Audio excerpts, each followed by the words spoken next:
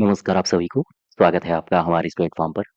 हम लोग उत्तर प्रदेश के जिलों के बारे में अध्ययन कर रहे थे और मुरादाबाद से पहले कई सारे जिलों के बारे में हमने पढ़ लिया था। अगर आपने उन सबको नहीं देखा है, तो वीडियोज़ आपको हमारी प्लेलिस्ट में मिल जाएँगे। आप प्लेलिस्ट में जाके सारे के सारे वीडियोज़ देख सकते हो। उन सभी जिलों के बारे में हमने चर्चा की है विस्तारपूर्वक। आज हम लोग शुरू करेंगे मुरादाबाद के बारे में, कुछ महत्वपूर्ण तथ्य, ऐतिहासिक तथ्य और साथ ही साथ कुछ महत्वपूर्ण बातें। इससे पहले मैं इसको शुरू करूँ, 2-3 जानकारियाँ आपको दे देता हूँ। अगर आप यूपी ट्रिपल एससी में उत्तर प्रदेश अधीनस्थ सेवा चयन आयोग की तरफ से जो लेखपाल की वैकेंसी आई है, अगर आप इसकी तैयारी कर रहे हैं, तो इसका बैच हमारे एप्लीकेशन में चल रहा है। एप्लीकेशन की लिंक आपको डिस्क्रिप्शन बॉक्स में और साथ ही साथ कमेंट बॉक्स में दी गई है। तो आप यहाँ से जाके इस बैच से जुड़ सकते हैं। KD25 कूपन कोड का आप इस्तेमाल कर लीजिए। ठीक। इसके अलावा अगर आप यूपी पीसीएस के किसी बैच की तैयारी कर रहे हैं, यूपी पीसीएस में आरओ या फिर यूपी पीसीएस की तैयारी अगर आप कर रहे हैं, तो इसके लिए history special batch, polity special batch, ये सारे के सारे बैचेस भी आपको एप्लीकेशन में मिल जाएँगे। Computer special UP triple SC के लिए ज्वाइन करना हो, ये बैच और साथ ही साथ यूपी स्पेशल बैच भी आपको एप्लीकेशन में मिल जाएगा। तो आप इन बैचेस से जुड़ सकते हैं। चलिए शुरुआत करते हैं क्वेश्चन नंबर 1 से। इसको ध्यान से पढ़ो। कह रहा है मुरादाबाद के संबंध में सही विकल्प की पहचान करो। इस जनपद की स्थापना 1625 में रुस्तम खान के द्वारा की गई थी। क्या ये कथन सही है? हाँ, बिल्कुल। फिर कह रहा है इस जनपद का नाम मुगल सम्राट शाहजहां के का एक पुत्र था, मुराद बख्श इसके नाम पर रखा गया था। ये भी सही है। फिर कह रहा है कि मुरादाबाद रामगंगा नदी के तट पर अवस्थित है और इसे पीतल नगरी के नाम से जाना जाता है। ये भी ठीक है। यानी उपर्युक्त सारे सही हो जाएंगे। मुरादाबाद के संबंध में पहले पूरी बातें जान लेते हैं, फिर इसके बाद एमसीक्यूज करेंगे तो मजा आएगा। सबसे पहले यहाँ पर आओ, गौर करना। मैं बात कर रहा हूँ मुरादाबाद की। ये जो एक्स्ट्रा फैक्ट्स मैं बता रहा हूँ, ये साथ-साथ लिखते जाना। इसकी पीडीएफ अगर आपको डाउनलोड करनी हो, की पीडीएफ ये जो मैं एमसीक्यूज़ करवा रहा हूँ, तो आप हमारे एप्लीकेशन से इसकी पीडीएफ को डाउनलोड कर सकते हैं, ठीक है? क्वेश्चन नंबर 1 में अब आप यहाँ पर आओ ज़रा। मुरादाबाद के बारे में पूरी बातें आओ समझते हैं। सबसे पहले उसकी स्थापना। स्थापना के बारे में याद रखो 1625 रुस्तम खान ने रुस्तम खान ने इसको इस्टैब्लिश किया था। ठीक, 1625 में।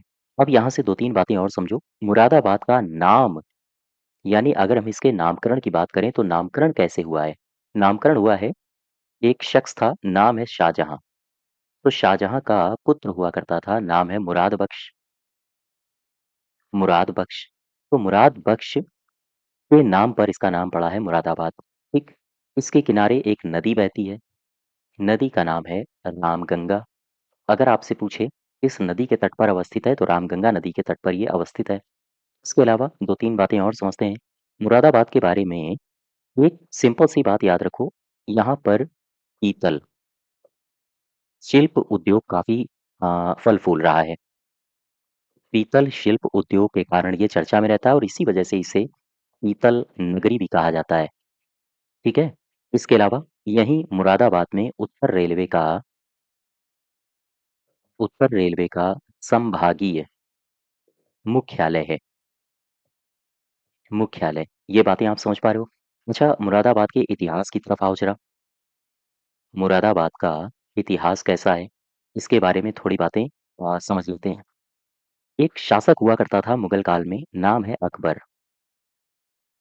कहते हैं कि अकबर के ही शासनकाल में ये जो क्षेत्र है मुरादाबाद का, ये एक चौपाला परगना हुआ करता था। चौपाला परगना, यानी कि इस क्षेत्र की स्थापना एक चौपाला परगना के रूप में अकबर के शासनकाल में हुई थी। फिर इसके बाद 1624 का काल आता है, 1624, और इसके बाद 1625 का काल आता है। 1624 में हुआ ये, उस समय संभल एक क्षेत्र हुआ करता था और संभल का राज्यपाल हुआ करता था रुस्तम खान। गौर करना, रुस्तम खान। कहते हैं कि इसी रुस्तम खान ने मुरादाबाद पर आक्रमण किया और मुरादाबाद पर इसी रुस्तम खान ने कब्जा कर लिया। इसके बाद फिर क्या हुआ? 1625 का काल आता है। अच्छा, जब इसने मुरादाबाद के क्षेत्र पर कब्जा किया था, तो उसको एक नया नाम दिया था। नाम दिया रुस्तम नगर। फिर इसके बाद 1625 का काल आया। 1625 के काल में मुरादाबाद, यानी कि मुराद बख्श, मुराद बख्श के नाम पर इसका नाम बदल दिया गया था और नाम रखा गया मुरादाबाद। इसके नाम पर? मुराद बख्श के नाम पर। ठीक है, मुराद बख्श के नाम पर इसका नाम बदल दिया गया। अच्छा, यहाँ पर एक जामा मस्जिद भी है मुरादाबाद में। शहर में एक जामा मस्जिद है। अब एक सवाल आपसे पूछा जा सकता है कि मुरादाबाद शहर में जो ये मस्जिद है, मुझे बताओ कि इसको इस्टैब्लिश किया था, किसने किया? रुस्तम खान ने किया था, ठीक है? यहाँ पर जो एक मस्जिद है, इसका निर्माण रुस्तम खान ने करवाया था और इस प्रकार से ये जो मुरादाबाद शहर है, इसको इस्टैब्लिश किया था रुस्तम खान ने। यहाँ तक बात समझ गए? अब अच्छा कुछ पर्यटन स्थल देख लो मुरादाबाद में। मुरादाबाद के कुछ महत्वपूर्ण पर्यटन स्थल, एक तो है यहाँ पर गौतम बुद्ध पार्क और दूसरा है यहाँ पर साईं मंदिर। अगर आप घूमना चाहते हैं तो आप यहाँ पर जा सकते हो, ठीक है? मुरादाबाद की अगर हम बात करें तो प्राचीन काल में ये पांचाल का हिस्सा हुआ करता था, पांचाल महाजनपद। नाम सुना होगा आपने? पांचाल महाजनपद। कहते हैं कि मुरादाबाद पहले पांचाल महाजनपद का ये हिस्सा हुआ करता था, ठीक है? फिर इसके बाद यहाँ पर लगभग-लगभग मैं मुरादाबाद की ही बात कर रहा हूँ, लगभग-लगभग 1174 ईस्वी के आसपास यहाँ पर कठेरियों का निवास हुआ।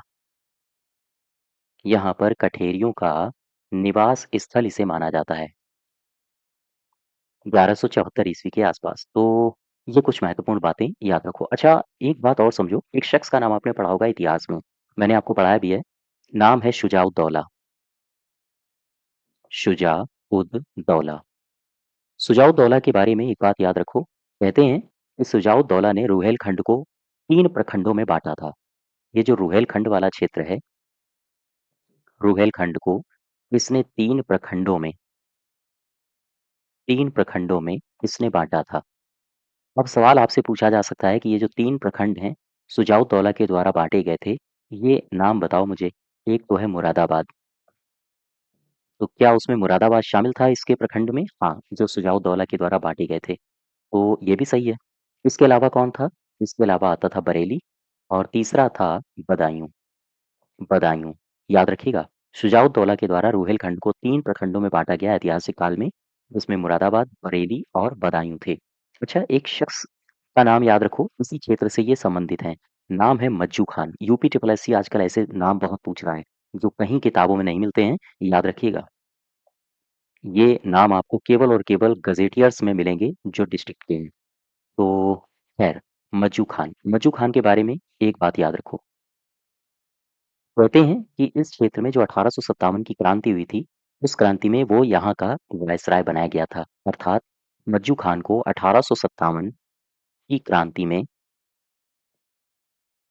में यहाँ का वायसराय वायसराय बनाया गया,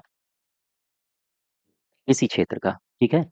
2-3 नाम मैं और आपसे डिस्कस करता हूँ, जो आपकी परीक्षाओं के लिए महत्वपूर्ण हैं। सूफ़ी अम्बा प्रसाद, नाम सुना है आपका? आपने नाम सुना है? अगर नहीं सुना है तो इनको नोट कर लेना, आगामी परीक्षाओं में यूपी ट्रिपल एससी के द्वारा ये सवाल पूछे जाएँगे। नाम है सूफ़ी अम्बा खान, सूफ़ी अम्बा प्रसाद, खान नहीं, प्रसाद। तो इनके नाम से एक छापा खाना था, सूफ़ी अम्बा प्रसाद का छापा खाना। यहाँ से सवाल आपसे ऐसे पूछे जा सकते हैं कि ये कहाँ पर है? ये था मुरादाबाद में, सूफ़ी अम्बा प्रसाद का छापा खाना, ठीक है? और इन्हीं ने यानी सूफ़ी अम्बा प्रसाद जी ने एक प्रकाशन किया था, नाम है सितारा-ए-हिंद। आपसे अगर पूछा जाए सितारा-ए-हिंद का प्रकाशन किसने किया था? इन्हीं ने किया था। और अम्बा प्रसाद जी के कृत्य क्या हैं? कृत्यों के बारे में यहाँ पर देखो। अम्बा प्रसाद अम्बा प्रसाद द्वारा कौन-कौन से कृत्य किए गए? गौर करना, ये 3-4 कृत्य हैं जो आपसे पूछे जा सकते हैं। सबसे पहला कृत्य, एक इन्होंने पेशवा का प्रकाशन किया था। ये पेशवा क्या है? ये है समाचार पत्र। पेशवा समाचार पत्र किसके द्वारा प्रकाशित हुआ था? अम्बा प्रसाद जी के द्वारा, ठीक है? इसके अलावा इन्होंने तिलक प्रेस की स्थापना की थी। तिलक प्रेस की स्थापना की थी। अब एक सवाल आपसे पूछा जा सकता है कि ये तिलक प्रेस की स्थापना इन्होंने कहाँ की? तो ये होशियारपुर में, होशियारपुर में। इसके अलावा क्योंकि क्रांतिकारी विचारधारा के ये थे, बाद में ये ईरान चले गए थे, तो वहाँ पर भी एक समाचार पत्र निकाला था। नाम है आब-ए-हयात। आब-ए-हयात ये क्या है? ये है समाचार पत्र। कहाँ पर निकाला गया? ईरान में, उन्हीं के द्वारा, ठीक है? याद रखिएगा एग्ज़ाम में पूछे जाएँगे। एक और आपसे पूछा जा सकता है कि मुझे बताओ, इनके द्वारा स्थापित सुदर्शन प्रेस, जैसे गीता प्रेस है, सुदर्शन प्रेस ये कहाँ पर है? ये है मुरादाबाद में, ठीक है? ये मुरादाबाद में है। इसके अलावा एक सवाल मैं आपसे और पूछता हूँ, मुझे बताओ ब्रज रत्न पुस्तकालय, पुस्तकालय जैसे रजा लाइब्रेरी मैंने कल आपको बताया था, ब्रज रत्न पुस्तकालय ये कहाँ पर है? ये अमरोहा गेट पर है। अमरोहा गेट पर। ऐसे छोटे-छोटे सवाल आपसे पूछे जा सकते हैं। एक सवाल यहाँ से बड़ा शानदार बनता है कि ये जो ब्रजरत्न पुस्तकालय है, इसका अपने काल में उद्घाटन किसने किया था? इसके उद्घाटन के लिए एक बड़ी शख्सियत आए थे उस समय, उनका नाम है गांधी जी, ठीक है? ब्रजरत्न पुस्तकालय जो कि अमरोहा गेट पर है, इसका उद्घाटन किसने किया था ऐतिहासिक काल में? गांधी जी ने इसका उद्घाटन किया था।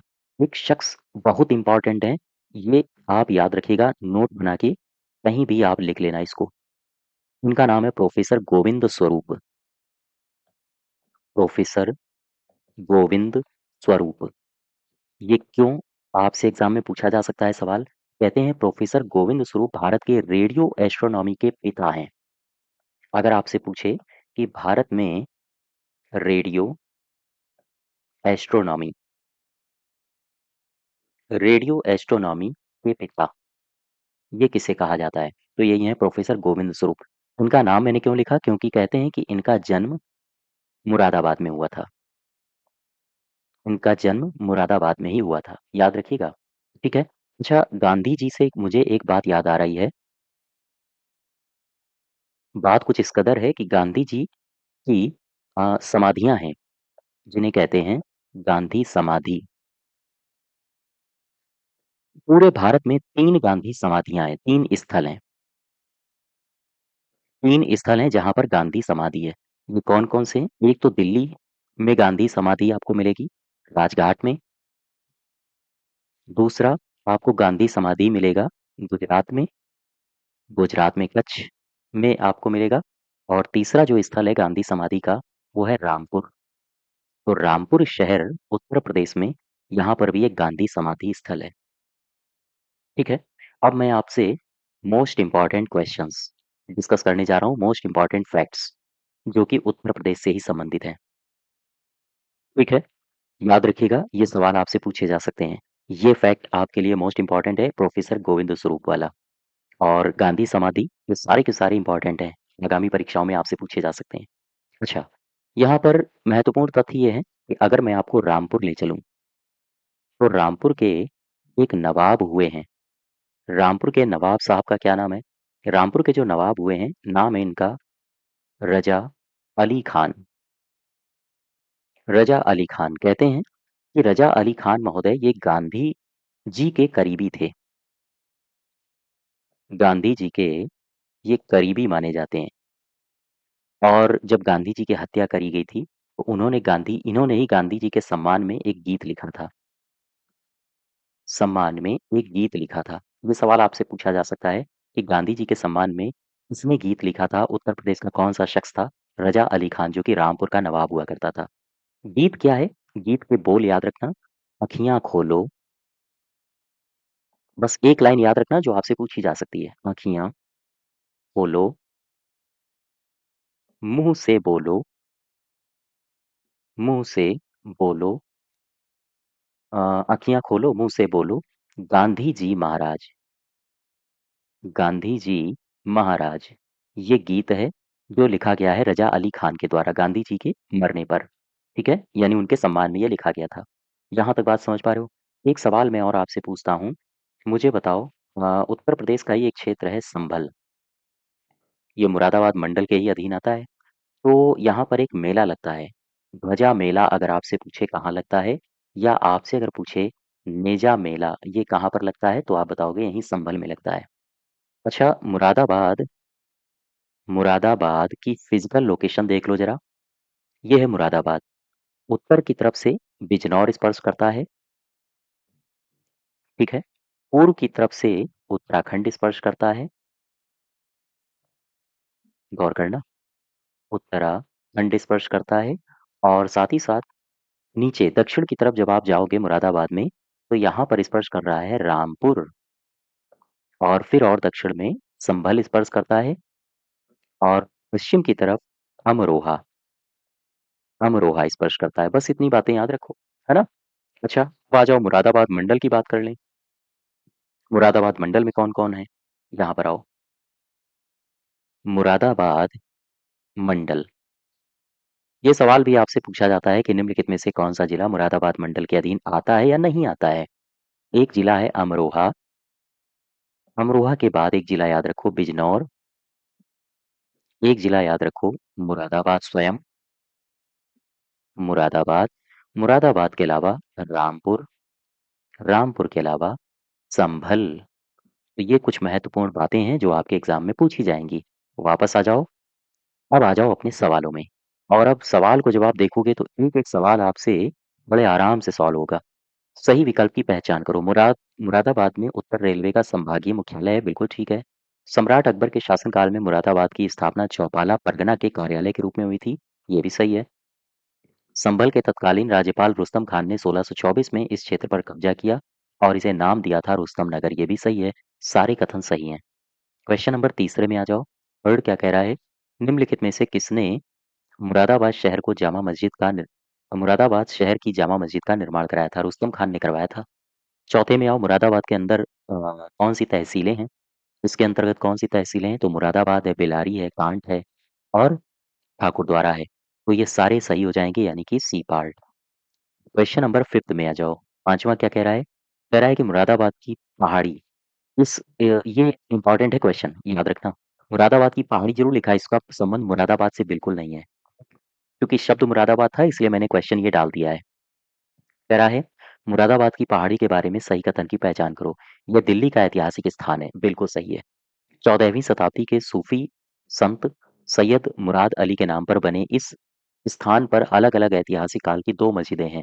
यहाँ पर मुगल युग की मस्जिद को कसाई वाला गुंबद के नाम से जाना जाता है, बिल्कुल सही है। चौथे में कह रहा है शाही मस्जिद लोधी युग की मस्जिद है जिसमें एक कमल कलश अवस्थित है, ये भी सही है। यहाँ पर सैयद मुराद अली का मकबरा है और अब्दुल मन्नत अकादमी नामक एक मदरसा भी है, ये भी सही है। सारे के सारे कथन सही हो जाएंगे। क्वेश्चन नंबर आ जाओ 6 में। 6 क्या कह रहा है? कह रहा है मुरादाबाद के बारे में सही कथन की पहचान करो। इसे पीतल नगरी कहा जाता है, बिल्कुल ठीक है। मुरादाबाद प्रदेश के उत्तर पश्चिमी भाग में अवस्थित है और ये मुरादाबाद मंडल के अंतर्गत आता है, बिल्कुल ठीक है। मुरादाबाद में गौतम बुद्ध पार्क है और साईं मंदिर है, ये भी सही है। सारे कथन सही है। क्वेश्चन नंबर 7 में आ जाओ। सातवां क्या कह रहा है? कह रहा है मुरादाबाद जिले के बारे में सही कथन की पहचान कर लो। मुरादाबाद केवल रामपुर, संभल, अमरोहा को स्पर्श करता है? नहीं, केवल शब्द लग गया है ना, गलत हो जाएगा। ये तो बिजनौर को भी स्पर्श करता है तो इसलिए पहला गलत है। मुरादाबाद की सीमा कुल 5 पड़ोसी जिलों से लगती है। क्या 5 पड़ोसी जिले हैं? 5 तो नहीं है, 4 हैं। अमरोहा, संभल, रामपुर और बिजनौर जिले पूछे हैं ना। अगर 5 अ, एक राज्य को भी मिला के हो जाएगा तो 5 हो जाएगा, तो दूसरा भी गलत है। मुरादाबाद न केवल उत्तराखंड से अपनी सीमा साझा करता है, बल्कि इसकी सीमा दिल्ली से भी लगती है। नहीं, ये गलत हो जाएगा। दिल्ली को स्पर्श नहीं करता है, तो तीनों गलत हैं, इनमें से कोई नहीं। क्वेश्चन नंबर 8वें में आओ। 8वां कह रहा है कि उत्तर प्रदेश का पहला ग्रीन हाइड्रोजन प्लांट इसका विकास कहाँ किया गया? इसका विकास किया गया गोरखपुर में। ठीक। क्वेश्चन नंबर 9th में क्या कह रहा है? 9 में 9th कह रहा है कि हाल ही में चर्चा में रहा प्रेरणा स्थल के संबंध में सही विकल्प की पहचान करो। लखनऊ में इसका उद्घाटन नरेंद्र मोदी जी ने किया था, बिल्कुल सही है। कुल 65 एकड़ में फैले इस स्थल पर डॉक्टर श्यामा प्रसाद मुखर्जी, दीनदयाल उपाध्याय, पंडित सॉरी अटल बिहारी वाजपेयी की 65 फीट ऊंची कांस्य प्रतिमाएं यहाँ पर स्थापित की गई हैं। दोनों कथन सही हैं। फिर 10वें में आ जाओ। कह रहा है कि हाल ही में उत्तर प्रदेश का पहला स्पेस लैब चर्चा में रहा है। इसका संबंध इसके संबंध में सही कथनों की पहचान करो।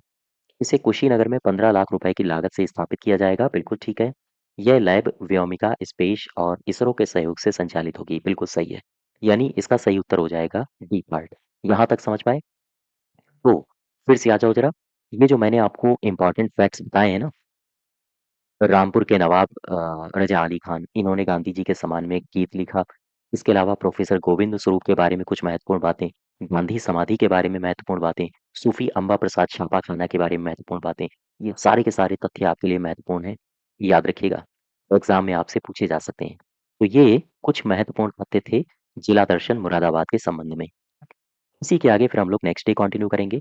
आज यहीं तक रखते हैं। अच्छा, इसकी अगर आपको फिर से मैं बता दूँ पीडीएफ चाहिए तो आप हमारे एप्लीकेशन में आइए।